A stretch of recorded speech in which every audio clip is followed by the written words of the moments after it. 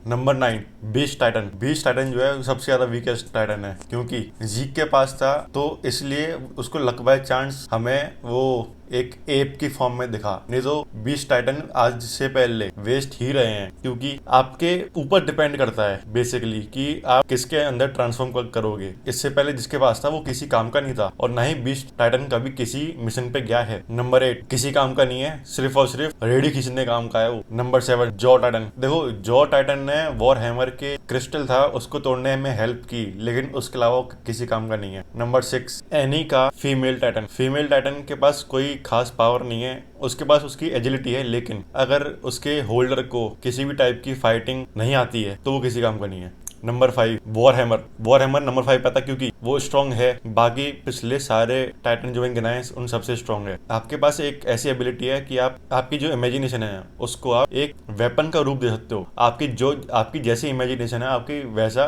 Weapon होगा। आपकी जो आर्सेनल है वो आपके सारे माइंड सेट पे डिपेंड करती है। अगर आपको पता है कि आपको क्या चाहिए, आपको लॉन्ग डिस्टेंस में चाहिए, तो आप बो एंड एरो, गन, कुछ भी बना सकते हो अपनी इमेजिनेशन से। बस जो डिपेंड करता है वो है आपका दिमाग। अगर आप पे अच्छा कंसंट्रेशन पावर है तो आप एक अच्छा वेपन बना सकते हो। Number 4, armour Titan. Armour Titan सबसे ज्यादा ड्यूरेबल टाइटन माना जाता है, क्योंकि उसकी पूरी बॉडी एक आर्मर से ढकी होती है, लेकिन उसकी पूरी बॉडी आर्मर से ढके होने के कारण ही सबसे ज्यादा वो हैवी टाइटन है। प्लस नहीं, मतलब ऐसे तो सबसे ज्यादा हैवी तो वो भी हो सकता है अपना अपना कोलोसल टाइटन सबसे हैवी क्योंकि सबसे बड़ा है, लेकिन मैं बात कर रहा हूँ उसके स्ट्रक्चर की। उसका जो स्ट्रक्चर है वो सबसे ज्यादा हैवी है, क्योंकि उसके पूरी बॉडी पे आर्मर है, कवच बना हुआ है उसके हर एक बॉडी पार्ट पे ऑलमोस्ट। उसका जो कवच है उसके वजह से उसको जो मूवमेंट है उसके वो कम हो जाते हैं, तो उस मूवमेंट के चक्कर में उसकी स्पीड कम हो जाती है, उसके फाइटिंग स्पीड है वो कम हो जाती है, इसलिए वो सिर्फ और सिर्फ ड्यूरेबिलिटी के लिए अच्छा है और क्लोज कॉम्बैक्ट के लिए, एक शॉर्ट टाइम के क्लोज कॉम्बैक्ट के लिए अच्छा है। लेकिन उससे ज्यादा अगर उसको फाइट करनी पड़ी या फिर उसको कहीं लंबा भागना पड़ा तो वो किसी काम का नहीं है, वो जल्दी पकड़ा जाएगा, जल्दी थकेगा, क्योंकि उसका जो कवच है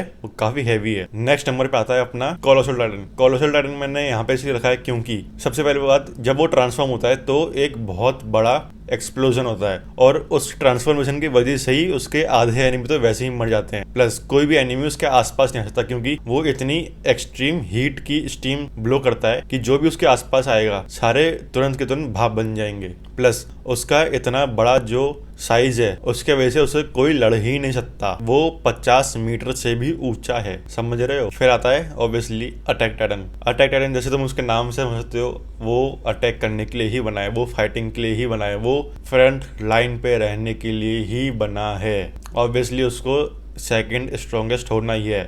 ऑब्वियसली अपना फर्स्ट स्ट्रॉन्गेस्ट तो फाउंडिंग टाइटन ही रहेगा, क्योंकि वो सारे टाइटन्स को कंट्रोल करता है, और फाउंडिंग टाइटन और जो फाउंडिंग टाइटन है वो फर्स्ट एवर टाइटन भी था।